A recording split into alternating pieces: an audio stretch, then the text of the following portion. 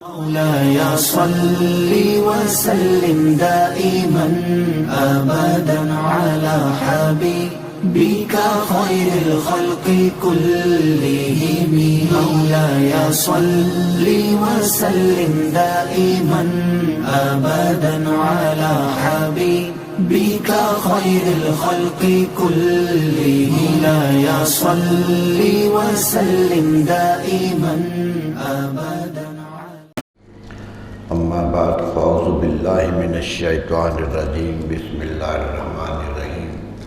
لقد من اللہ علی المؤمنین اذ بعث فیہم رسولا منہم یتلو علیہم آیاتہ ویزکیہم ویعلمہم الکتاب والحکمہ ولو کانوا من قبل لفی ضلال مبین وَإِن كَانُوا مِن قَبْلُ لَفِي ضَلَالٍ مُبِينٍ. صدق اللہ مولانا العظیم. حضرات گرامی، اللہ تبارک بارہ کا یہ بہت بڑا کرم ہے، بہت بڑی رحمت ہے کہ ہمیں اس پروردگار نے رسول اکرم صلی اللہ علیہ وسلم کی امت میں پیدا فرمایا ہے. یہ اس کا کرم ہی ہے تو ہے کہ مسلمان گھرانے میں پیدا ہو گئے ہیں اور امت رسول کہلاتے ہیں. اگر کسی اور گھرانے میں پیدا کیا ہوتا تو نامعلوم عقل شعور اس تک پہنچتا کہ توفیق ملتی یا نہ ملتی. آدمی یقیناً بڑے خوش قسمت ہوتے ہیں جو دوسرے گھرانوں میں پیدا ہوتے ہیں، لیکن عقل و شعور کی بنیاد پر، اپنے مطالعہ کی بنیاد پر، اللہ کی توفیق کی بنیاد پر انہیں کسی لمحے یہ توفیق ہو جاتی ہے کہ وہ دین اسلام قبول کر لیتے ہیں. یہ بہت بڑا مرحلہ ہوتا ہے کہ ایک دین سے دوسرے دین کی طرف جانے کے لیے، لیکن یہ بہت کم لوگوں کو نصیب ہوتا ہے. تو خوش قسمت ہیں وہ جنہیں پیدا ہی وہاں کر دیا گیا ہے کہ جہاں پیدا ہوتے ہی اللہ اکبر کی صدائیں، کلمہ کی صدائیں، تکبیر کی صدائیں ان کانوں میں پڑتی ہیں. تو اس سے اندازہ کر لیجئے کہ کس قدر قسمت والی بات ہے. تو پیدا کیا نبی صلی اللہ علیہ وسلم کی امت میں. پہلے لوگ تمنا کرتے رہے کہ یہ اس امت کا حصہ مل جائے. بہت سی تمناؤں کا تاریخ ذکر کرتی ہے کہ بہت سے لوگوں کی خواہش رہی کہ اس رسول صلی اللہ علیہ وسلم کی امت میں آ جائے، لیکن قدرت نے کہا کہ یہ مقدر، یہ قسمت اس امت مرحومہ کے لیے ہے، اس امت کے لیے ہے. اور دیکھیے، ہم اپنے آپ کو خوش قسمت سمجھتے ہیں کہ ان کی امت ہے، اور جو اس پروردگار نے اس امت میں پیدا کیا وہ خود بھی کہتا ہے کہ یہ میرا احسان ہے کہ تم اس امت میں ہو. یعنی پروردگار خود کہہ رہا ہے لقد من اللہ علی المؤمنین، فرمایا ہم نے احسان کیا ہے اللہ نے مومنوں پر. اذ بعث فیہم رسولا، جب ان میں رسول پیدا کر دیا ہے. یہ احسان تھا اس امت پر. دنیا میں کتنی امتیں آباد تھیں، بڑے بڑے مہذب علاقے تھے. عرب تو تہذیب میں بہت پیچھے تھا. وہ تو صحرا تھا، ریت اڑتی تھی، خوراک بھی باہر سے آتی تھی، نہ خوراک نصیب تھی نہ تہذیب نصیب تھی. ایک صحرائی زندگی، اونٹ کے ساتھ سب کچھ اونٹ تھا، اسی پر سواری کرتے تھے، اسی کا گوشت کھاتے تھے، اسی کے بالوں سے خیمے بنا لیتے تھے. تو ساری زندگی، بلکہ کہتے ہیں زر مبادلہ ہی اونٹ تھا کہ کوئی چیز لینی ہوتی ہے تو ایک اونٹ دینا ہے کہ دو اونٹ دینے ہیں، دے کر چیزیں خریدتے تھے. ساری زندگی صحرا اور اونٹ کے گرد گھومتی رہی ہے ان کی. لیکن قدرت کا کرم کیے کہ نبی صلی اللہ علیہ وسلم کسی مہذب علاقے میں نہیں آئے، اس علاقے میں آئے جو تہذیب سے بہت پیچھے تھا، اور آئے اور اس کا مقدر ایسے جاگا کہ پوری دنیا کے لیے تہذیب کا نشان بن گیا. وہ لوگ جو خود مہذب نہ تھے، جو نہ تھے خود رہنما نہیں تھے، راہبر نہیں تھے، راہ حق میں نہیں تھے، اللہ نے انہیں دنیا کا رہنما بنا دیا، راہبر بنا دیا. آج عرب ہونا فخر ہو گیا. آج عرب ہونے کی سعادت نصیب ہو گئی صرف نبی صلی اللہ علیہ وسلم کی آمد پر۔ میرے دوستو کیا ذکر کروں اس دور کا، پوری تاریخ گواہ ہے کہ حضرت اسماعیل علیہ السلام نے یہ آباد کیا تھا علاقہ، یہ صحرا تھا۔ قدرت کو منظور تھا کہ صحرا کی قسمت جاگے تو کہاں سے، بابل سے، عراق کے آخری کنارے سے حضرت ابراہیم علیہ السلام اٹھے تھے اور اپنے بچے اور اپنی بیوی کو اس صحرا میں آ کے آباد کر دیا۔ سبحان اللہ۔ ایک صحرا میں پھینک گئے تھے، بالکل کچھ نہیں تھا، حتیٰ کہ جانور جو پرندے اڑتے ہیں وہ بھی نایاب تھے، کیونکہ پانی نہیں تھا نیچے، تو کوئی چیز نظر نہیں آتی تھی۔ حضرت ابراہیم علیہ السلام چھوڑ گئے تھے، قدرت نے کہا تھا اسے چھوڑو کیونکہ یہی مرکز بننا ہے اسلام کا۔ سبحان اللہ، سبحان اللہ۔ بنا دیا مرکز، کچھ نہیں تھا، سب کچھ مل گیا۔ حضرت ابراہیم علیہ السلام نے دعا کی کہ یا اللہ آباد تو کر دیا اس کو، تیرا حکم ہے، حکم کی تعمیل میرا فرض ہے، لیکن یہاں کچھ نہیں ہوتا۔ واد غیر ذی زرع، یہ وادی ہے جس میں اگتا کچھ نہیں ہے، سبحان اللہ۔ یہ خود کہہ رہے ہیں غیر ذی زرع، کچھ نہیں اگتا ہے، لیکن یہ مجھے یقین ہے کہ تو جب انہیں یہاں لا رہا ہے تو یہاں کوئی نہ کوئی تیرا گھر بننے والا ہے، اِنْدَ بَيْتِكَ الْمُحَرَّمِ، لیکن یہ ہے کہ تیرے گھر، حرمت والے گھر کے قریب چھوڑ رہا ہوں۔ گھر نہیں تھا وہاں، کچھ نہیں تھا۔ حضرت ابراہیم علیہ السلام کی فراست کہہ رہی تھی کہ اس صحرا کا انتخاب کسی بڑے مقصد کے لیے کیا گیا ہے، سبحان اللہ۔ اس بڑے مقصد کے لیے اس کا انتخاب ہوا ہے، اور قدرت نے ثابت کر دیا، تو کہہ دیا کہ یا اللہ چھوڑ دیا ہے۔ وَارْزُقْهُم مِّنَ الثَّمَرَاتِ، اب ان کی زمین سے تو کچھ نہیں اگے گا، انہیں پھلوں کا رزق دیتے ہیں، سبحان اللہ۔ باہر سے آئیں، دنیا جہان پھل پیدا کرے اور یہ کھائیں۔ اتنا دعا مانگ دی، اور یہ دعا آج تک اپنا اثر دکھا رہی ہے، آج بھی اسی دعا کا اثر ہے۔ انہیں خبر ہے، مکہ والے اور مدینہ والے فخر سے کہتے ہیں کہ ہم اس سرزمین کے ہیں جن کی خدمت کے لیے ساری زمین کو مقرر کیا گیا ہے، ساری زمین اس کی خدمت پہ لگی ہوئی ہے۔ آئے، اولاد آباد ہوئی، شادی کی بنو جرہم قبیلے میں، وہی جو آ گیا تھا گھومتا گھومتا، اس میں شادی کر لی، بیٹا پیدا ہوا، اولاد آگے چلی، نسل در نسل چلتی رہی۔ میرے دوستو 60 کے قریب پشتیں چلی، ایک نہیں، پشت در پشت چلتے رہے۔ حضرت عدنان حضور صلی اللہ علیہ وسلم سے 21ویں پشت پر ہیں، 21ویں باپ ہیں۔ نبی صلی اللہ علیہ وسلم نے خود اس کا ذکر کیا کہ میرے باپ فلاں تھے، ان کے فلاں تھے، ان کے فلاں تھے، اور حضرت عدنان تک کا ذکر کیا۔ فرمایا مکے والو، عدنان سے اوپر تم جانتے ہو کہ حضرت اسماعیل کی اولاد ہے، سبحان اللہ۔ اسماعیل کی اولاد ہے سارے کے سارے، یہ مکہ سارا اسماعیل کی اولاد تھا۔ مدینہ منورہ والے تو باہر سے آ گئے تھے، مدینہ منورہ والے تو جنوب کے رہنے والے ہیں، یمن کے رہنے والے ہیں۔ وہاں قرآن کہتا ہے کہ ایک سیلاب آ گیا تھا، ایک بند ٹوٹ گیا تھا جس سے پانی آیا اور پورا ملک پانی میں بہہ گیا۔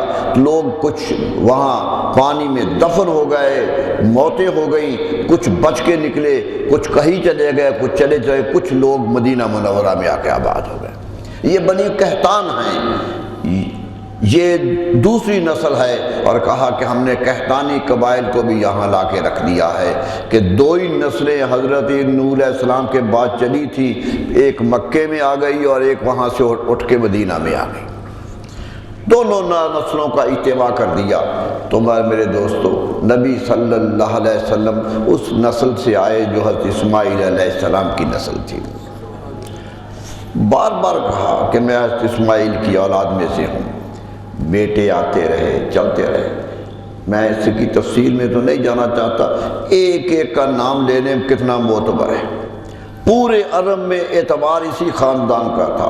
بڑے سے بڑے کنانا کا نام نبی صلی اللہ علیہ وسلم نے خود لیا کہ کنانا دنیا میں منتخب لوگ تھے، بنو قصی منتخب لوگ تھے، بنو فہر بن مالک منتخب لوگ تھے، یہ سارے کے سارے بڑے بڑے تھے۔ اور ان کے حالات پڑھیے، خوش قسمتی یہ ہے تاریخ نے نامعلوم کیا سلوک کیا ہے کہ ان بزرگوں کے حالات آج تک ملتے ہیں، تاریخ میں گم نہیں ہوئے۔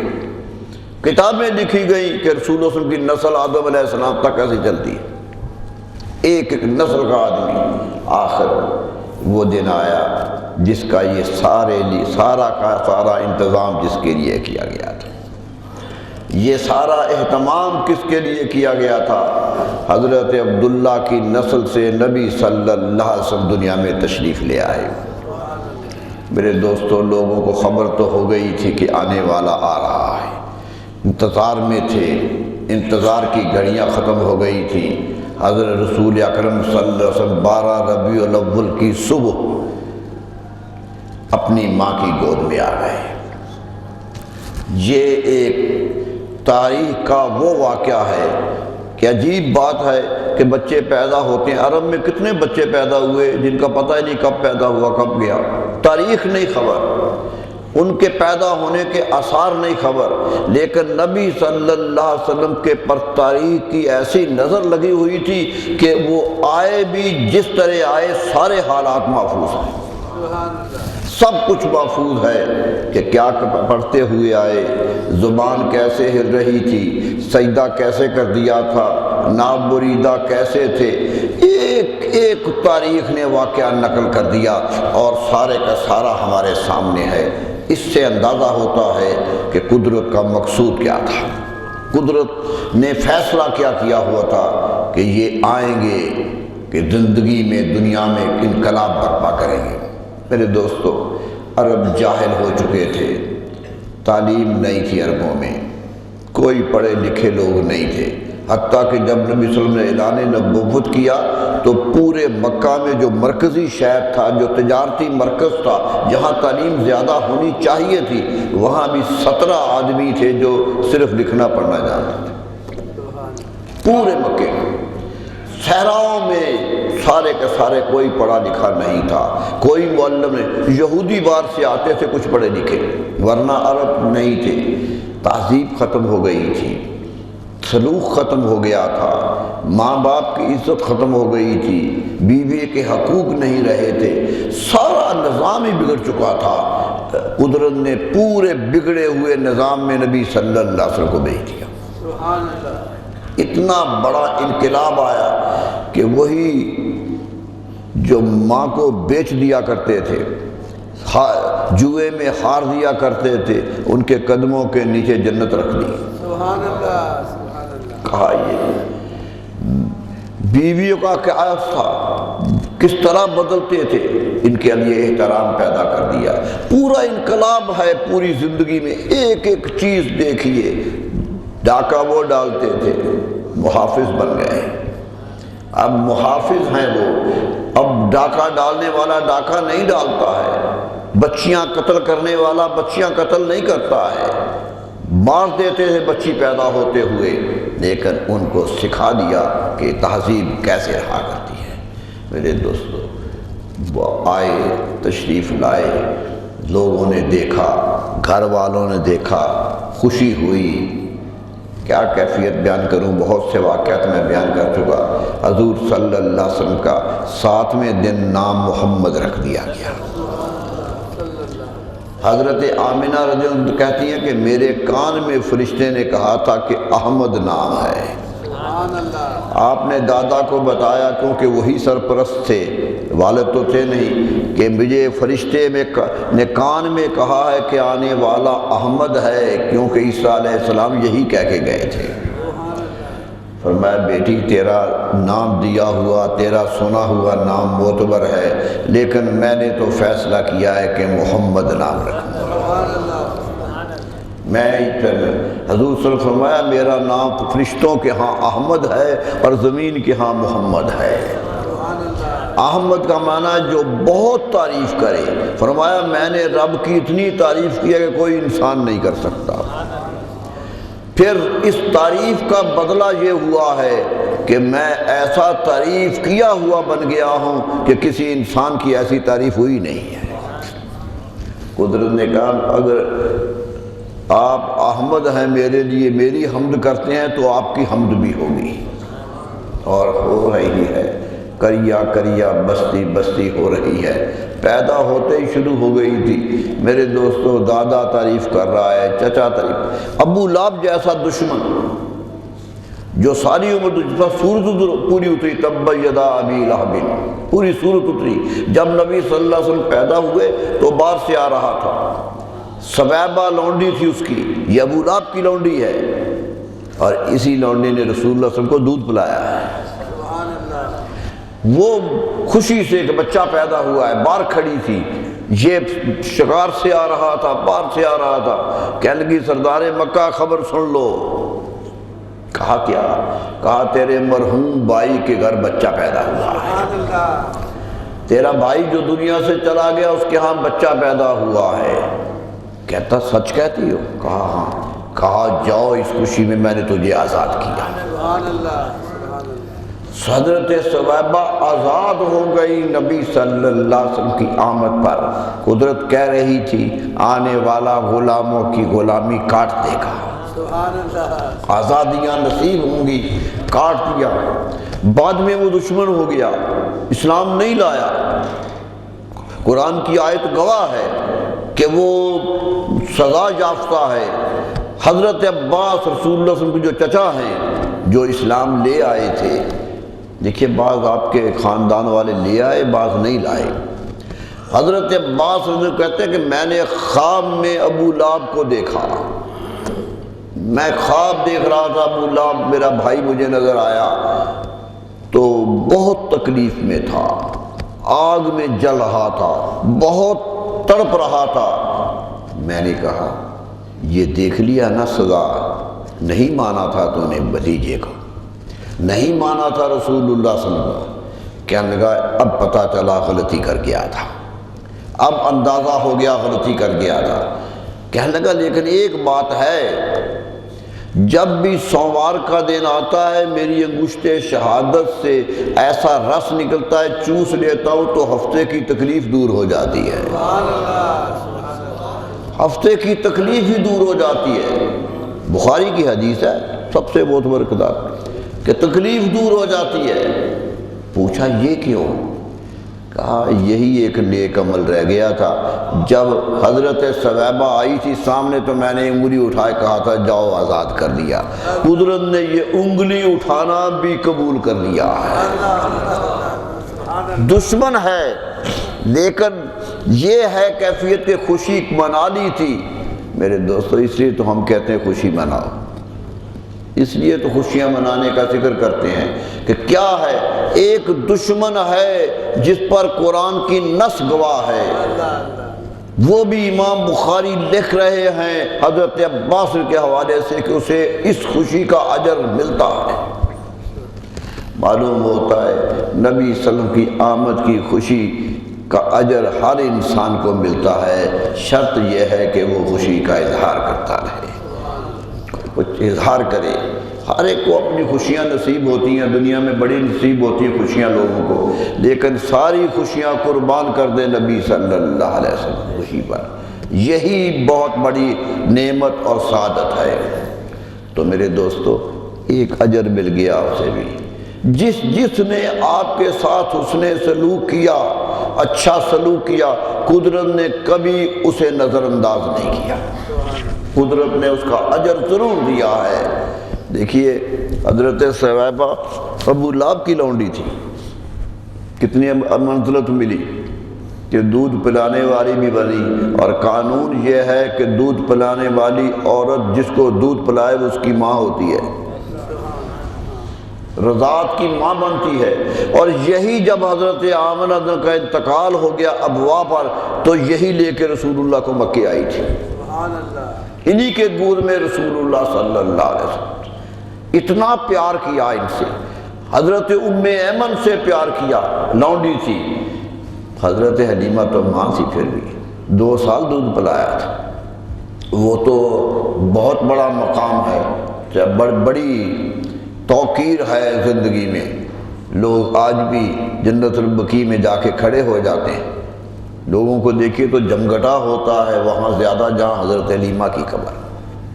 جنت البقیع میں دفن ہے، پورا خاندان مسلمان ہوا، آپ کا بھائی، بیٹا، شوہر، آپ کی بیٹیاں ساری کی ساری اسلام میں آئیں۔ قدرت نے کہا تھا میرے رسول صلی اللہ علیہ وسلم محبت کی ہے تو محبت چلتی رہے گی، یہ محبت برقرار رہے گی۔ میرے دوستو سوچئے کس قدر محبت تھی انہیں رسول اکرم صلی اللہ علیہ وسلم کے ساتھ۔ کہتی ہیں جب میں لینے آئی تھی تو میں غریب عورت تھی، بہت غریب عورت تھی، کہتے میرے پاس کچھ نہیں تھا، میری اونٹنی اتنی آہستہ چلتی تھی کہ ساری لینے آئی، رواج یہ تھا کہ کچھ دنوں کے بعد اکٹھی ہو کے آتی تھی، جتنے بچے پیدا ہوئے ہوتے تھے وہ لے جاتی تھی، پالتے تھے، صحراؤں میں پالتے تھے، کھلی ہواؤں میں پالتے تھے۔ عرب کے رواج میں شامل تھا کہ بچے صحراؤں میں پلتے تھے، یہ رواج بعد تک بھی رہا، بنو امیہ کے ہاں بھی رہا، بنو عباس کے ہاں بھی رہا، یہ رواج چلتا رہا ان کے ہاں۔ تو کہا کہ آئی تھی ہم کٹھی مل کر، کچھ 10-12 عورتیں آئی ہوں گی کہ بچے لے آئے، مکے میں پیدا ہوئے ہوں گے، بڑا شہر ہے، کچھ معاوضہ مل جائے گا، محنت کے لیے لاتی تھی، اپنے چھاتی کا دودھ پلا کر اس کا معاوضہ لیتی تھی، اپنی زندگی پالتی تھی، غریب عورتیں تھیں۔ اسی طرح آئی تھی مکہ مکرمہ میں، وہ تلاش میں ہے، لیکن رسول اللہ کے گھر کوئی نہیں آئی۔ تاریخ کہتی ہے، ابن شام کہتا کوئی نہیں آئی، کیونکہ جس کو پتہ چلتا تھا یہاں بچہ یتیم ہے وہ آگے چلی جاتی تھی، وہ دروازہ بدل جاتی تھی، کیونکہ اسے خبر تھا یہ یتیم ہے، اس کا معاوضہ کتنا ملے گا، اس کا اجر کتنا ملے گا، مجھے دینے والے کیا دیں گے، پیچھے تو باپ ہی نہیں ہے۔ یہ کیفیت تھی، گھر والے بھی دیکھ رہے تھے کہ کوئی نہیں آ رہا، سارے امیروں کے بچے پکڑ رہی تھی، جن کے باپ تھے، دادا تھے، گھر والے تھے۔ حضرت حلیمہ کہتی میں بعد میں آئی، جتنے بچے تھے وہ ساری لے گئیں، بچہ ہی کوئی نہ رہا۔ میں نے شوہر سے کہا کہ یہاں تو بچے لوگ لے گئی ہیں، کیا کریں، محروم ہی واپس جائیں؟ میں نے کہا کوئی پتہ کر لو، شاید کوئی رہ گیا ہو۔ کہا میں نے پتہ کیا ہے، ایک یتیم بچہ ہے، ایک یتیم بچہ ہے، اس کو لوگ لے کے نہیں گئے۔ کہتے میرے شوہر نے کہا تم وہی لے لو، تم وہی لے لو۔ کہتے میں اس لیے نہیں لے رہی تھی کہ شوہر ناراض نہ ہو کہ معاوضہ کیسے ملے گا۔ شوہر کی جب مرضی شامل ہو گئی تو میں حضرت عبد المطلب کے پاس آئی، کہا اے سردار مکہ، میں آپ کا بچہ پالنے کے لیے لینا چاہتی ہوں۔ کہنے لگے نام کیا ہے تیرا؟ کہنے لگی حلیمہ نام۔ کہا کس قبیلے سے آئی ہو؟ کہا بنو سعد سے آئی ہو۔ حضرت عبد المطلب کہتے تو لے جانے کے قابل ہے، تو لے جانے کی،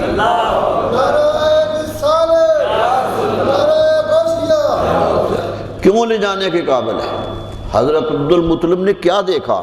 کہا ایک تو نام میں تیرے حلیمی ہے، بردباری ہے، بچے کو پالنے میں حلم ہے تیرے، اور قبیلہ تیرا سعد ہے، اس میں سعادت مندی ہے، حلیمی اور سعادت خوبیاں دو پاس ہیں تیرے، دو خوبیاں رکھتی ہے، اس لیے میرے پوتے کو لے جا، فکر نہ کر، جو کچھ تجھے چاہیے ملے گا، دو سب کچھ ملے گا، گھبرانا نہیں ہے۔ حضرت حلیمہ کہتی میں نے گود میں بچہ اٹھا لیا، خود کہتی ہیں کہ گود میں اٹھاتے مجھے یہ محسوس ہوا کہ دنیا کی ساری نعمتیں میری گود میں آ گئی، ایسی کیفیت پیدا ہو گئی کہ میں حیران ہو گئی۔ آئی اپنے گھوڑی پر، اونٹنی پر سوار ہوئی، کہتے بڑی لاغر تھی، وہ کئی دن پیچھے پہنچی تھی، وہ سفر ہی نہیں کر سکتی تھی۔ اب میں لے کے جب اوپر بیٹھی تو اونٹنی تیز تیز چلنے لگ گئی، کہتے رفتار ہی بدل گئی اس کی، اس کا چال ڈھال ہی بدل گئی۔ میں حیران تھی کہ کیا ہو گیا ہے۔ مجھے شوہر نے کہا حلیمہ یہ اونٹنی کو کیا ہو گیا ہے؟ سبحان اللہ سبحان اللہ۔ کہتے میں نے کہا کچھ نہیں ہوا، یہ بچہ ہی لے کے بیٹھی ہوں، کوئی بچے کی برکت لگتی ہے۔ کہتے جب واپس جا رہی تھی تو وہ پہلے نکل گئی تھی لے کر بچوں کو، میں پیچھے تھی، لیکن میری اونٹنی اتنی تیز چلی کہ سب کو آگے نکل گئی، سب سے آگے نکل گئی۔ تو وہ پریشان ہو کے پوچھنے لگی کہ حلیمہ اونٹنی کیا ہوگی تمہاری، یہ بدل لی ہے کوئی اور لے لی؟ کہا نہیں۔ کہتے میں اونٹنی کی تھوتنی پکڑ کے پیچھے کر کے دکھا رہی تھی کہ دیکھ لو اونٹنی وہی ہے، سبحان اللہ سبحان اللہ۔ اونٹنی وہی۔ کہتے میں دکھا رہی تھی بار بار اور کہہ رہی تھی سننے والوں پوچھنے والوں پوچھ لو، اونٹنی تو وہی ہے، سواری تو وہی ہے، سوار بدل گیا ہے، سوار بدل گیا ہے۔ کہتے ہیں جتنی نعمتیں رب کسی گھر میں دیتا ہے میرے گھر میں ساری تھی۔ سبحان اللہ۔ کہتے ہیں ہمارے ہاں خشک سالی تھی، پانی نہیں تھا، فصلیں نہیں اگتی تھی، گھاس نہیں نکلتا تھا، اونٹنیاں باہر جاتی تھی تو گھاس نہیں ملتا تھا، خشک ہو کر بھوکی واپس آ جاتی تھی شام کو چر کر، چرنے کا موقع ہی نہیں ملتا تھا، بھوکی گھر آتی تھی۔ کہتے لیکن میری اونٹنی روز سیر ہو کے آتی تھی، اللہ نامعلوم کہاں سے اسے دے دیتا تھا کہ ساری بھوکی آ جاتی تھی، وہ سیر ہوتی تھی، وہ کھا پی کے آتی تھی۔ کہا کیفیت ہی بدل گئی۔ فرمایا میرا جسم بھی کمزور تھا، میرا دودھ بھی تھوڑا تھا، اور میرا ایک بیٹا بھی تھا، اس لیے تو دودھ کسی کو پلانا ہے کہ اپنا بیٹا ہے کہ دودھ آ گیا ہے۔ یہی ہوتی تھی جو عورتیں بچے پیدا ہوتے تھے وہ اپنے بچے کا دودھ آدھا کسی کو پلا کر معاوضہ دے دیا کرتی تھی۔ یہ ہے ویسے تو غربت کی انتہا تھی کہ سینے کا دودھ بیچ رہی ہے، یہ حالت ہو گئی تھی اس وقت، یہ کیفیت تھی۔ تو کہتے میرا بیٹا تھا ساتھ نبی صلی اللہ علیہ وسلم کے دودھ پینے والا۔ کہتے میں نے نبی صلی اللہ علیہ وسلم کو کہا کہ یہ برکتوں والا آیا ہے، اسے دودھ زیادہ پلانا چاہیے۔ دودھ تھوڑا تھا، سینے سے لگایا، کہا ایک طرف پیا، جب میں نے دوسری طرف کرنے لگی تو پینے سے انکار کر دیا، بتا دیا حلیمہ میں عدل و انصاف لے کے آیا، یہ بیٹے کا حق ہے۔ کہا پوری زندگی جتنا عرصہ وہ میرے پاس رہے ایک ہی طرف سے پیتے رہے، دوسری طرف سے نہیں پیے۔ سبحان اللہ۔ یہ تھی نبی صلی اللہ علیہ وسلم کے کرم۔ اور کیا ہوا، بیٹا وہ فخر کرتا تھا کہ میں رسول اللہ کا رضائی بھائی ہوں، میں نے اکٹھا دودھ پیا ہوا ہے ماں کا۔ کہتے اتنا دودھ آتا تھا کہ دونوں ہی سیراب ہو جاتے تھے، اللہ نے ہر چیز بدل دی تھی۔ کہتے میں پوچھتے تھے لوگ کہ حلیمہ تیرے گھر میں برکتیں ہی برکتیں آ گئی ہے، تو میں کہتی تھی یہی قریشی بچہ آیا ہے جس کی برکتیں ہیں، یہی مکے سے لے کے آئی ہوں اس کی برکتیں ہیں۔ میرے دوستو یہ قدرت بتا رہی تھی کہ میرا نبی رحمت کا مرکز بن کے آیا ہے، رحمت ہی رحمت ہے۔ صحراؤں میں گزریں گے تو صحرا ہوں گے، پانی نہ ملے گا تو پانی ان کے قدموں سے ملے گا، اگر کوئی چیز نہیں ہے تو آ جاؤ میرے رسول کے دربار میں، دنیا بھی وہی ہے، دین بھی وہی ہے۔ یہی ہوا۔ ابھی تو اعلان نبوت بھی نہیں کیا تھا، ابھی تو نبوت کا اعلان بھی نہیں ہوا، لیکن برکتیں نظر آنے لگ گئی تھی، ہر طرف برکتیں ہی برکتیں تھیں، اور محسوس ہو رہا تھا۔ کہتے 2 سال کی شرط ہوتی تھی پلانے کی دودھ، قرآن نے کہا حولین کاملین، 2 سال دودھ پلائے ماں، 2 سال کے بعد دودھ کا روک دیا گیا ہے کہ نہ پلائے، کہ رضاعت صرف 2 سال کی ہوتی ہے۔ کہتے میں لے آیا، واپس لے آئی قانون کے مطابق حضرت آمنہ کے کہ ایسا میں لے آئی ہوں بچہ، آپ کا بچہ ہے، 2 سال پورے ہو گئے ہیں، لیکن میری خواہش یہ ہے کہ یہ میرے پاس اور رہ جائے۔ دودھ تو چھڑا دیا ہے، دودھ تو نہیں پیتا، لیکن میری خواہش ہے کہ میرے پاس رہے اور صحت مند رہے، ہوا آب و ہوا اچھی ہے۔ کہتے میں نے کئی دلیلیں دی۔ حضرت آمنہ کہنے لگی تیرا شوق بڑا ہے، تو تھوڑے دنوں کے لیے پھر لے جا، پھر لے جا۔ یہ کریم ماں کرم کر رہی تھی حضرت حلیمہ پر، کہتے پھر لے کے آئی، پھر دوبارہ جب لے کے آئی تو پھر خود ہی کہا کہ پھر لے جا، پھر لے جا، کیونکہ مکے میں کچھ حالات صحت کے ٹھیک نہیں ہیں یا بیماریاں پھیلی ہوئی ہیں، بچے کو پھر لے جا۔ قدرت بہانے سامنے رکھ رہی تھی کہ ان بہانوں سے پھر نبی صلی اللہ علیہ وسلم، میرے دوستو 5 سال پلے ہیں حضرت حلیمہ کے پاس۔ تاریخ گواہ ہے کہ 5 سال ملے انہیں رسول اکرم صلی اللہ علیہ وسلم کو۔ حضرت حلیمہ کتنا خوش قسمت گھرانہ تھا جس کے 5 سال گھر میں رسول اللہ صلی اللہ علیہ وسلم۔ سبحان اللہ۔ فرماتی ہیں میرے بچے بکریاں لے کر باہر چرانے جاتے تھے، اونٹنیاں لے کے چرانے جاتے تھے، وہ یہی ہمارا ساز و سامان تھا، تو میرا یہ آنے والا بچہ بھی ساتھ چلا جاتا تھا۔ میں بچوں سے کہتی تھی بیٹا ان کا خیال رکھنا، یہ بڑا قیمتی بچہ ہے۔ کہتے میں بار بار خیال کہتی تھی بچوں کو، پیچھے دیکھنے جاتی تھی کہ وہ کہاں چلے گئے، پہاڑیوں پر گھومتی تھی۔ ایک عجیب کیفیت ہے حضرت حلیمہ کی، پالا ہے محبت سے، بہت محبت سے پالا ہے۔ نبی صلی اللہ علیہ وسلم نے پوری زندگی حضرت حلیمہ کا محبت سے ذکر کیا، محبت سے ذکر کیا ہے کہ وہ میری ماں ہے۔ صحابہ کہتے ہیں مسجد نبوی میں تیز دوڑنے کی کیفیت میں آ گئے جب حضرت حلیمہ مسجد نبوی میں آئی ہے۔ بڑھاپا تھا، بوڑھی تھی، حضور صلی اللہ علیہ وسلم نبوت لے چکے تھے، آپ اعلان نبوت کر چکے تھے، مدینہ منورہ جا چکے تھے۔ کہتے مسجد نبوی میں وہ داخل ہوئی تو پہچان کے تیز گئے، فرمایا صحابہ سے جاءت امی، میری ماں آئی ہے۔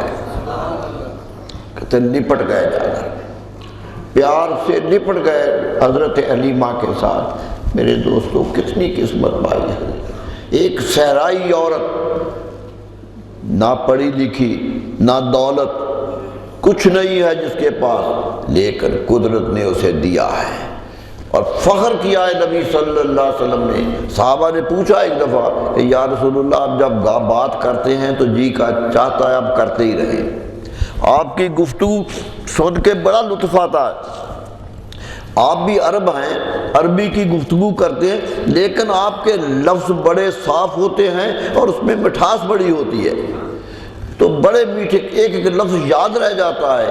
یہ یا رسول اللہ یہ صلاحیت رب نے دے دی ہے یا آپ نے خود پیدا کی ہے؟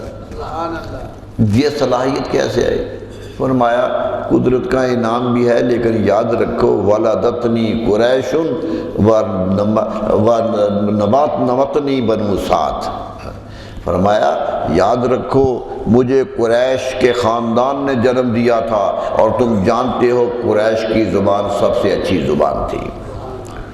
آپ جانتے ہیں عرب میں ایک قبیلہ تھا قریش، باقی بہت قبیلے تھے، صحراؤں میں قبیلے تھے، لیکن آج بھی جو لٹریچر، جو ادب، جو زبان کے نمونے ملتے ہیں وہ سارے کے سارے قریش کے ہیں۔ بنو تمیم ریاض میں بیٹھ کر 1000 میل کے فاصلے پر بیٹھ کر بھی جو زبان شاعری میں استعمال کر رہے ہیں وہ قریش کی زبان ہے۔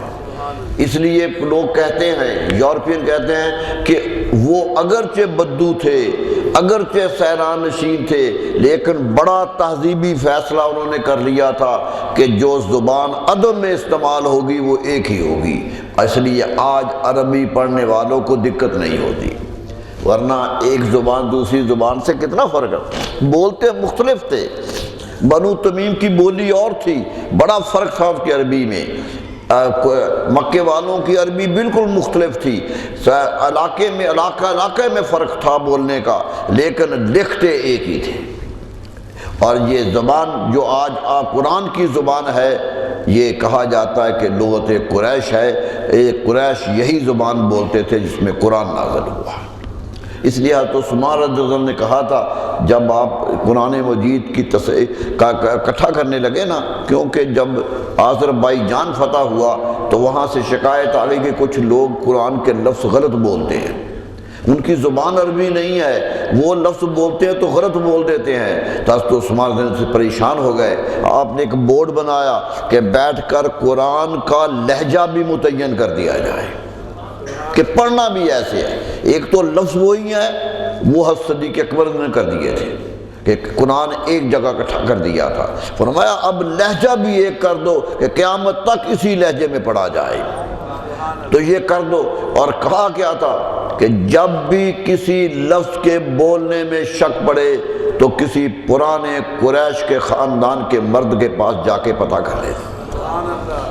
حضرت عثمان رضی اللہ عنہ کا حکم تھا، کیوں کہ اسی لہجے میں قرآن اترا ہے، لغت قریش میں قرآن ہے۔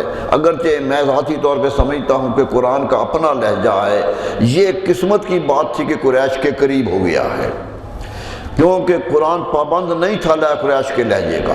قرآن تو اللہ کا کلام ہے، وہ اللہ نے اپنے کلام میں اتارا ہے، لیکن وہ قسمت کی بات ان کی تھی کہ ان کے لہجے کے قریب ہو گیا ہے۔ اگرچہ قرآن سارے لہجوں میں ہے، قرآن میں کئی لہجے اور بھی ملتے ہیں جن کا ذکر امام سیوطی علیہ الرحمہ نے اپنی کتاب میں بھی کیا۔ بہرحال بات یہ کہنا چاہتا ہوں، آپ نے کہا مجھے فخر ہے کہ میں قریش میں پیدا ہوا ہوں اور مجھے بنو سعد نے پالا ہے۔ بنو سعد کی زبان بڑی میٹھی تھی، بڑی میٹھی زبان تھی، وہ میری زبان ہے۔ مجھے دو شرف حاصل ہے کہ فصیح زبان بھی میرے خاندان کی ہے اور میٹھی زبان بھی میرے رضائی خاندان کی ہے، میں نے دونوں کو اکٹھا کر لیا۔ تو میرے دوستو دیکھا آج تک کتنے لفظ ہم تو نہیں پڑھتے، یورپ والے پڑھتے ہیں۔ ڈاکٹر ڈی خوئے ہالینڈ کا ایک پروفیسر ہے، اس نے کہا کہ میں نے 12 لاکھ حدیث اپنی ان نظروں سے پڑھی ہے۔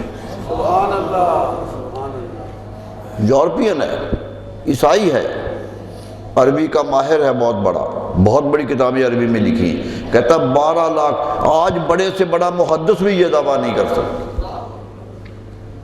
1 1.5 لاکھ تو بڑی بات ہے، بہت بڑی بات سمجھ جاتی۔ وہ کہتا 12 لاکھ حدیث میری نظر سے گزری ہے، اور اس نے حدیث پہ کتابیں بھی لکھی بہت۔ اور خوش قسمتی یہ ہے کہ کوئی تعصب نہیں دکھایا، اس نے محبت سے لکھی بہت بڑی کتابیں۔ تفسیر تبری کا پورا ایڈٹ 22 جلدوں کی کتاب اسی نے کیا ہے، دیواچہ بھی اسی نے لکھا ہے۔ آج ہمارے پاس جو کتاب ہے اسی کی چھپی ہوئی ہے۔ تو میں جو کہنا چاہتا تھا کہ رسول اللہ صلی اللہ علیہ وسلم نے بنو سعد سے ایک محبت کا ذکر عمر بھر کیا، اس خاندان سے تعلق کا ذکر کرتے رہے۔ جو بھی قریب آیا، جس نے پالا وہ بھی عزت پا گیا، جو کچھ پیش کرتا رہا وہی عزت پا گیا۔ چچا حضرت عباس کو اتنا پیار کیا نبی صلی اللہ علیہ وسلم، پیار ہی پیار کرتے رہے زندگی میں، حالانکہ وہ مسلمان بھی نہیں ہوئے تھے، پہلے جنگ بدر تک مسلمان نہیں تھے، مکے میں بیٹھے تھے، ہجرت بھی نہیں کی ہے۔ رسول اللہ صلی اللہ علیہ وسلم مکے چلے گئے اور جنگ بدر میں وہ کافروں کے ساتھ آئے تھے، لشکر کفار کے اندر شامل تھے اور قید ہو گئے تھے۔ نبی صلی اللہ علیہ وسلم نے جب 70 قیدی بنائے تو ان میں حضرت عباس بھی تھے۔ سب کو باندھ دیا گیا، ہاتھ پاؤں باندھ کے مسجد نبوی کے کونے میں رکھا گیا کہ یہ قیدی ہیں کہ بھاگ نہ جائیں۔ رات رسول اللہ صلی اللہ علیہ وسلم اپنے گھر میں تھے، پاس ہی مسجد تھی، پاس ہی گھر تھا۔ رات حضرت عائشہ رضی اللہ عنہا فرماتی ہیں کہ آپ بے چین ہو کے اٹھ بیٹھے۔ میں نے کہا یا رسول اللہ کیا بات ہوئی؟ کہا مجھے چچا عباس کے کراہنے کی آواز آ رہی ہے۔ ایک کس کے رسی باندھی ہوئی ہے، رسی ذرا کسی گئی ہے اور انہیں تکلیف ہو رہی ہے، جو کراہتے ہیں میرے کانوں میں آواز پڑی ہے، کوئی جاؤ ان کی رسی ڈھیلی کر دو۔ سبحان اللہ، سبحان اللہ۔ محبت تھی، پیار تھا۔ جب اگلے دن ہوا تو بلایا سامنے، فرمایا تو میرا چچا ہے، اتنے پیسے دے دو تو میں چھوڑ دوں گا۔ فدیہ دے دو، قوم مسلمان کے لیے فدیہ ادا کر دو، تمہیں چھوڑ دوں گا۔ فدیہ دے کے چھوڑ، قرآن کہتا ہے منن او فدان، یا احسان کر کے چھوڑ دو یا فدیہ دے کے چھوڑ دو، قرآن کا حکم ہی یہی ہے۔ کہا فدیہ دے دو، کہنے کہ کتنا دے دوں؟ کہا اتنے پیسے دے دو، اتنے پیسے مقرر کیے ہیں ہم نے ہر ایک سے لے کر۔ کہنے کہ اتنے تو میرے پاس نہیں ہیں، اتنے تو میرے پاس نہیں ہیں۔ رسول اللہ صلی اللہ علیہ وسلم کے سامنے کہا چچا نے، آپ مسکرا پڑے، فرمایا چچا جب تم گھر سے چلے تھے تو میری چچی نے آپ سے کہا تھا کہ آپ جا رہے ہیں تو میرا کون والی وارث ہوگا، تو آپ نے انہیں پیسے دیے تھے کہ میں اگر وہاں جا کر مارا بھی جاؤں تو تجھے فکر نہیں ہوگی دولت کی، اتنے پیسے میں نے رکھ دیے ہیں۔ اتنے پیسے، وہ جو پیسے دیے تھے وہ تو بہت زیادہ تھے اور آپ کہتے میرے پاس تھے نہیں۔ حضرت عباس پریشان ہو گئے، کہنے کہ یار اے میرے بھتیجے، اس وقت تو میری بیوی اور میں ہی تھا، کوئی اور نہیں تھا، میں نے تو اسے تسلی دینے کے لیے کہا تھا، یہ آپ نے فرمایا۔ کہنے لگے اس سے مجھے یقین ہوتا ہے کہ آپ نبی ہیں۔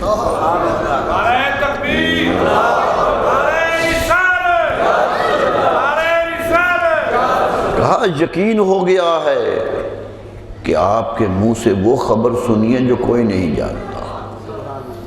ایمان لے آئی، چچی بھی ایمان لے آئی، اور اللہ اللہ بیٹے تو سید المفسرین بنے، مفسرین کے سردار بنے، جن کو سینے سے لگا کے نبی صلی اللہ علیہ وسلم نے فرمایا اللہم فقہہ فی الدین، اے اللہ میرے دین کی سمجھ اسے دے دے۔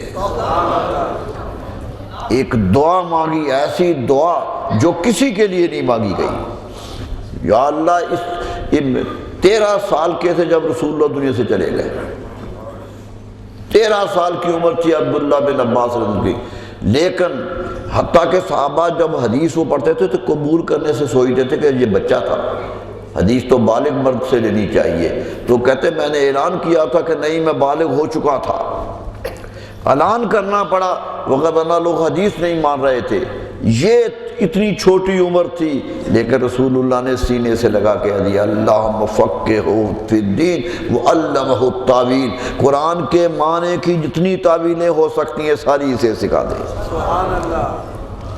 ان کی تفسیر ملتی ہے، خود تو نہیں لکھی انہوں نے، لیکن جو انہوں نے فرمایا وہ اکٹھی کر کے ایک کتاب کی شکل میں تفسیر ابن عباس کے نام سے آج بھی ملتی ہے، اور اس میں ان کے قول ہے سارے کے سارے جو انہوں نے حدیث قرآن کے بارے میں کہا۔ میرے دوستو دعا مانگی، اتنی قدر و قیمت۔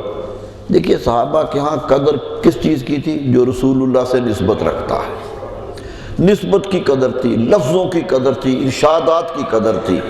حضرت فاروق اعظم نے ایک بورڈ بنایا جو حکومت کے فیصلے کرے گا، بہت بڑا بورڈ بنایا، فیصلے کرے گا، تو سارے بزرگ صحابہ جو تجربہ کار تھے بٹھائے، تو کہنے لگے اب ابن عباس کو بھی بلا لو۔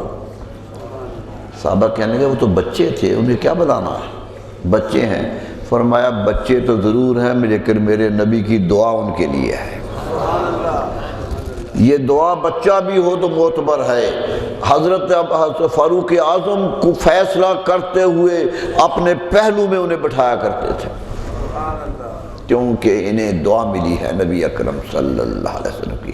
میرے دوستو جس نے بھی حسن سلوک کیا، تل کیا، حضرت ام ایمن رسول اللہ کی دائی ہے، حضرت خدیجہ الکبریٰ کی لونڈی تھی، حضرت خدیجہ سے جب شادی ہوئی تو انہوں نے آپ کو دے دی کہ آپ کی خدمت کیا کرے گی۔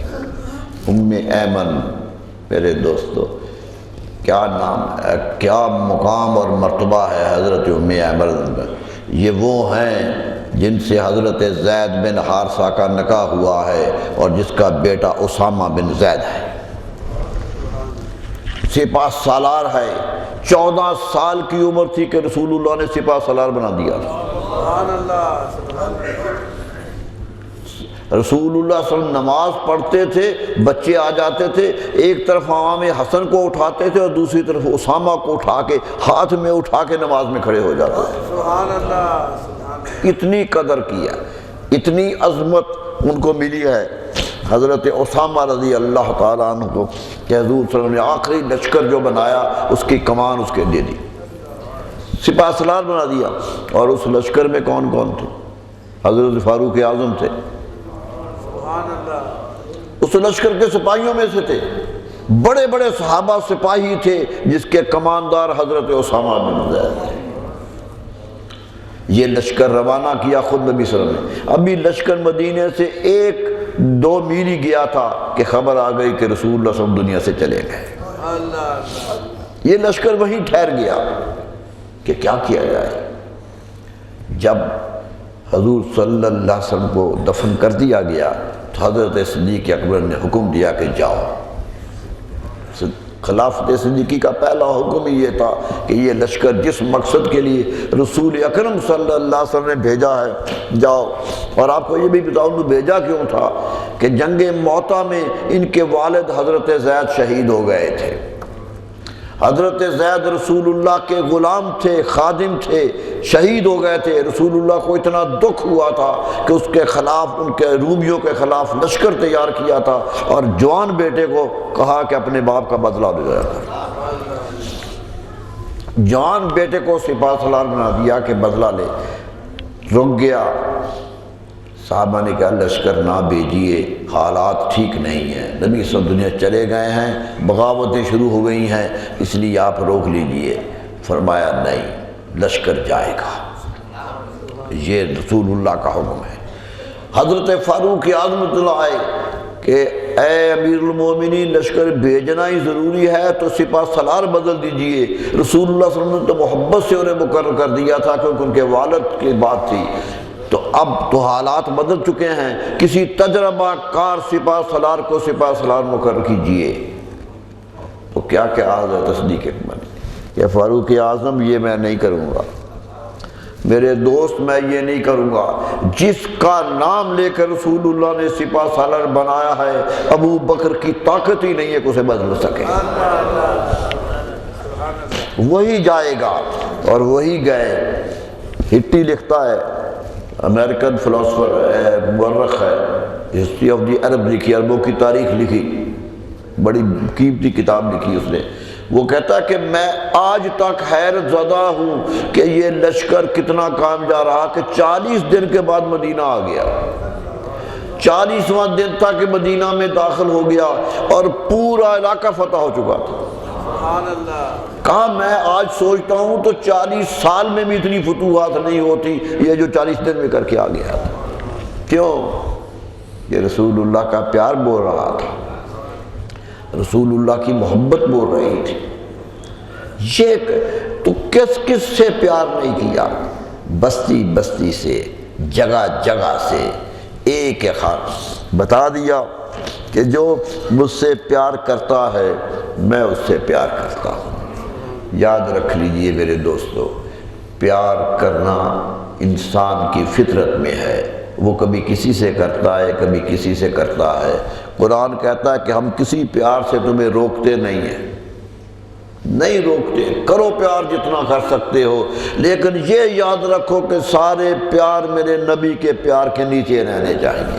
سبحان اللہ، فرمایا ان کان آباؤکم، تمہارے باپ، و ابناؤکم، تمہارے بیٹے ہوں، فرمایا تمہارے باپ، تمہارے بیٹے، و اخوانکم، تمہارے خاندان والے، تمہارے اخوانکم، تمہارے بھائی ہوں، تمہارے خاندان، عشیرتکم، قرآن گنتا چلا جا رہا ہے، باپ، بیٹے، بھائی، بیویاں، کہا سب کا پیار ہے۔ تجارت کرو ہم روکتے نہیں ہیں، مال اکٹھا کرو ہم روکتے نہیں ہیں، فرمایا زندگی کے ہر عمل میں حصہ لو، لیکن ایک شرط، احب الیکم من اللہ و رسولہ، یہ خبردار ان کی محبت اللہ اور اس کے رسول کی محبت سے زیادہ نہیں ہونی چاہیے۔ شرط یہ ہے ان کی محبت کے نیچے رہو تو ساری محبتیں کامیاب ہیں۔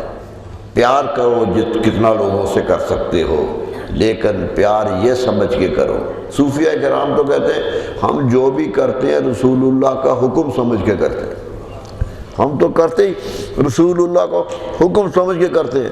کہتے کسی غریب کو پیسہ بھی دینے لگے تو اس لیے نہیں دیتے کہ خیرات اچھی ہوتی ہے، اس لیے کہ میرے رسول دیتے تھے. ہمارے تو تصور ہی یہ ہے کہ ان کا تصور تھا. چلتے ہیں تو ان کی چال چلتے ہیں، بولتے ہیں تو ان کے لفظ بولتے ہیں.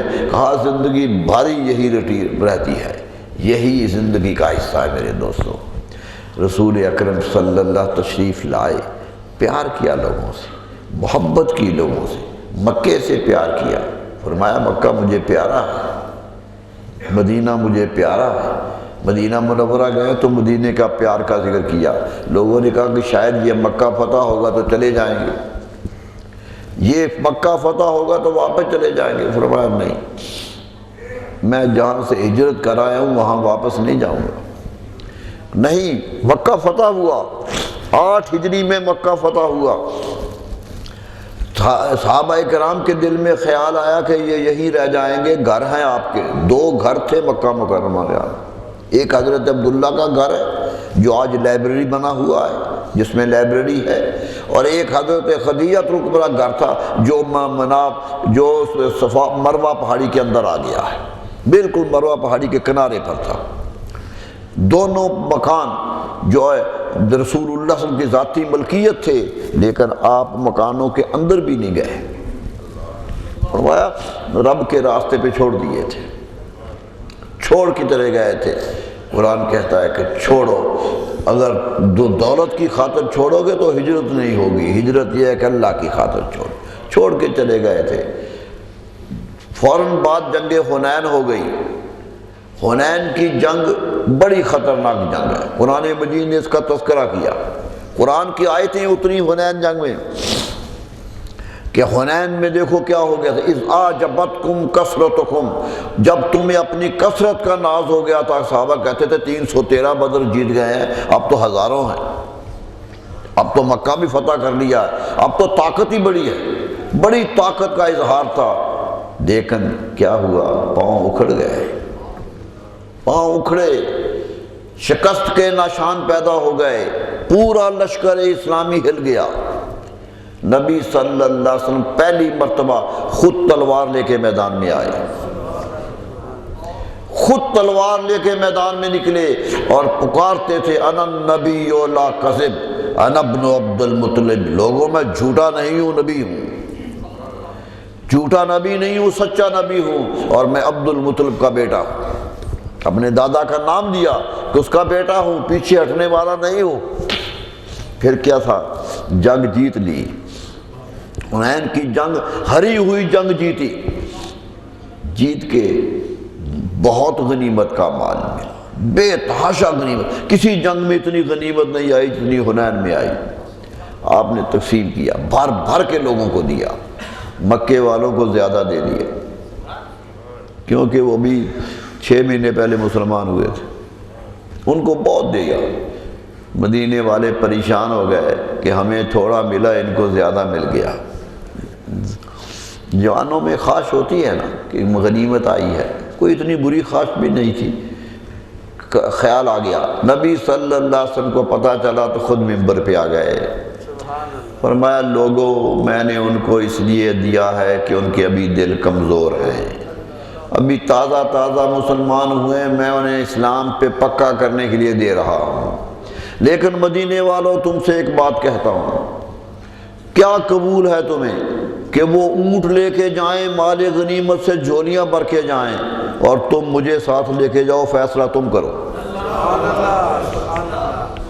کہ غنیمت لے کے جانا چاہتے ہو کہ مجھے ساتھ؟ میرا شہر ہے، میں نے فتح کر لیا، میں اپنا شہر، اپنا گھر چھوڑ کے تمہارے پاس جا رہا ہوں، اس سے بڑی غنیمت اور دولت کیا مانگتی ہو؟ فرمایا میں تمہارے ساتھ رہوں گا، میرا اب مستقل ٹھکانہ مدینہ ہے. واپس آ گئے. میرے دوستو، جس سے شہر سے بھی پیار کیا تو پیار کی انتہا کر دی.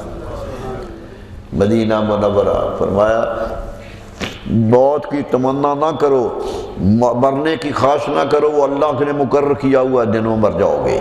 اللہ کا فیصلہ بدلتا نہیں ہے، لیکن خواہش نہ کرو یہ زندگی سے فرار ہوتا ہے، لیکن اگر خواہش پیدا ہو جائے کہ مرنا ہے تو پھر مدینے میں مرنے کی خواہش کرو۔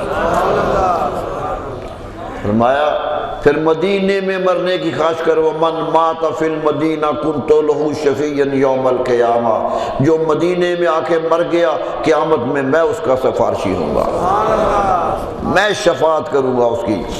یہ مقام قدس ہے، یہ جنت ہے،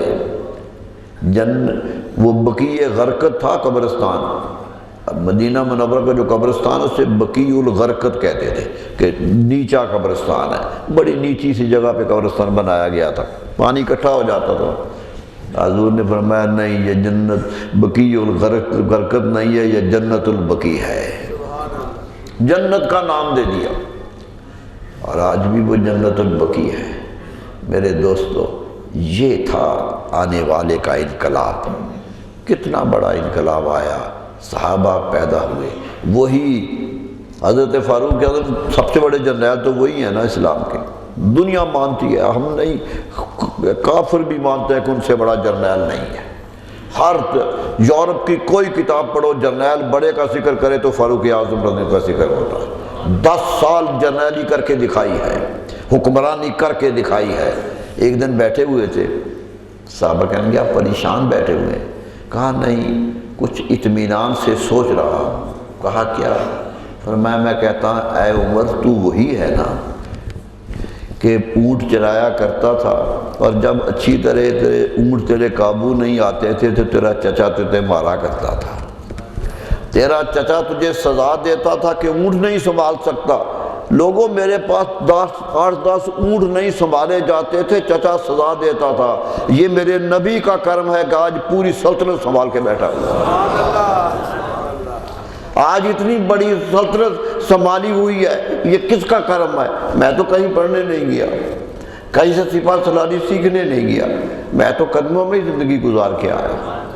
یہ تھا فخر، وہ سمجھتے تھے کہ ہمارا انقلاب آیا ہے نبی صلی اللہ علیہ وسلم سے، جب تک مومن ان کی زندگی کو مرکز بنائے رکھے گا کامیاب رہے گا۔ میرے دوستو دعا کیجئے، پیارا آج کے 2 دن بعد 12 ربیع الاول ہے میرے دوستو، کل کا دن ہے، پرسوں میرے دوستو وہ دن، وہ سہانا دن ہے جب نبی اکرم صلی اللہ علیہ وسلم تشریف لے آئے تھے، آوازیں گونجی تھی، فرشتوں کی آوازیں آئی تھی، دنیا میں آوازیں اڑی کہ خبر جا کر سنا دو شخص جہت کے دستوں کو، زبردستی کی جرت اب نہ ہوگی خود پرستوں کو۔ یہ آوازیں اٹھ رہی تھی، ہوا عرش معلیٰ سے نزول رحمت باری، تو استقبال کو اٹھی حرم کی 4 دیواری، حرم اٹھ کھڑا ہوا کہ آج میرا رکھوالا آ گیا ہے، آج مجھے بتوں سے پاک کرنے والا آ گیا ہے۔ ندائیں آ رہی تھیں، کیا تھا؟ بسند انداز یکتائی، بغایت شان زیبائی، امین بن کر امانت آمنہ کی گود میں آئی۔ اللہ اللہ، سلام ہوتے رہے، فرشتے سلام پڑھتے رہے، آئے سلامی کے لیے قطار در قطار آئے، آتے ہی رہے۔ میرے دوستو ہم پر بھی لازم ہے کہ ان کی آمد پر ہم بھی درود و سلام کے نغمے پیش کریں، درود حق ہے ان کا، اور ہمارا فرض ہے کہ فرض ادا کرو، کیونکہ یہ قدرت کا حکم ہے کہ صلو علیہ وسلموا تسلیما، ان پر درود پڑھو اور خوب کھل کے سلام کہو۔ سلام کرنا بھی حکم ہے، درود پڑھنا بھی حکم ہے، اس لیے ہم کہتے ہیں، بلکہ قرآن نے تو صلو تو ویسے کہہ دیا، صلاۃ پڑھو، سلموا کے بعد تسلیمہ بھی لگایا کہ سلام کھل کے پڑھو۔ سلام کو زیادہ تاکید سے کہا کہ یہ تمہارا ہی حق ہے، ہم درود بھیجتے ہیں، تم بھی درود بھیج لو، لیکن تمہارے لیے سلام کی قید لگا دی گئی ہے کہ سلام پیش کرو۔ میرے دوستو سلام پڑھو ان پر، محبتیں بکھیرو ان کے اللہ تعالی ہمیں ان کے دن منانے کی توفیق عطا فرمائے۔ خوشی ہے، پورا عالم اسلام جگمگا رہا ہے، آپ دیکھ رہے ہیں، کوئی پسند کرے نہ پسند کرے، ہر گلی آباد ہے، ہر محلہ آباد ہے، ہر شہر آباد ہے، جہاں سے گزرو محسوس ہوتا ہے کوئی آ رہا ہے۔ یہ آمد ہے میرے نبی صلی اللہ علیہ وسلم کی کہ ان کے آمد کر کوئی واسطے امت کے جو غاروں میں رویا وہ نبی، جو ہوا حق بات کی خاطر ہی گویا وہ نبی جو پاک تھا، معصوم تھا، نردوش تھا، قوم پتھر مارتی تھی اور وہ خاموش تھا۔ آئیے آج یہی کردار ہم پیدا کریں۔ وآخر دعوانا الحمدللہ رب العالمین۔ مولاي صل وسلم دائما أبدا على حبيبك خير الخلق كلهم مولاي صل وسلم دائما أبدا على حبيبك خير الخلق كلهم مولاي صل وسلم دائما أبدا